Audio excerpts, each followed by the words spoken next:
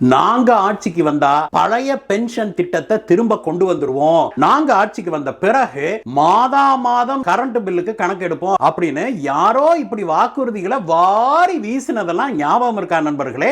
நாம சாதாரண பொதுமக்கள் நாம தான் கேட்டுவிட்டு ஓட்ட போட்டுட்டு மறந்துடுவோம்ல.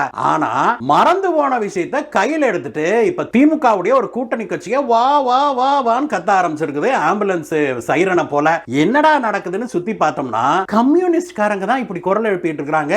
எலெக்ஷன் வந்துருச்சுல, அப்ப கம்யூனிஸ்ட் கட்சிக்காரங்க நானும் இருக்கிறேன் காமிச்சுக்கணுமா இல்லையா? அதனால கம்யூனிஸ்ட் கட்சியை சேர்ந்தவங்க இந்த மாதிரி திமுக வந்து கொடுத்த வாக்குறுதி எல்லாம் நிறைவேற்றல அப்படின்னு சொல்லி குரல் எழுப்ப ஆரம்பிச்சிருக்காங்க. ஏதோ போனா போகுதுன்னு போன தடவை கொடுத்த இந்த 6 சீட்டு, சிபிஐக்கு 6 சீட்டு, சிபிஐஎம்க்கு 6 சீட்டு கொடுத்தது இல்லையா திமுக கூட்டணியில, அதையாவது கொடுப்பாங்க. அதோட நிறுத்தாம நம்ம தான் வாயை திறந்தா லிமிட்டே தெரியாது. அடுத்ததா என்னத்தை கிளப்பி இருக்கிறாங்க இந்த கம்யூனிஸ்ட் கட்சிக்காரங்க?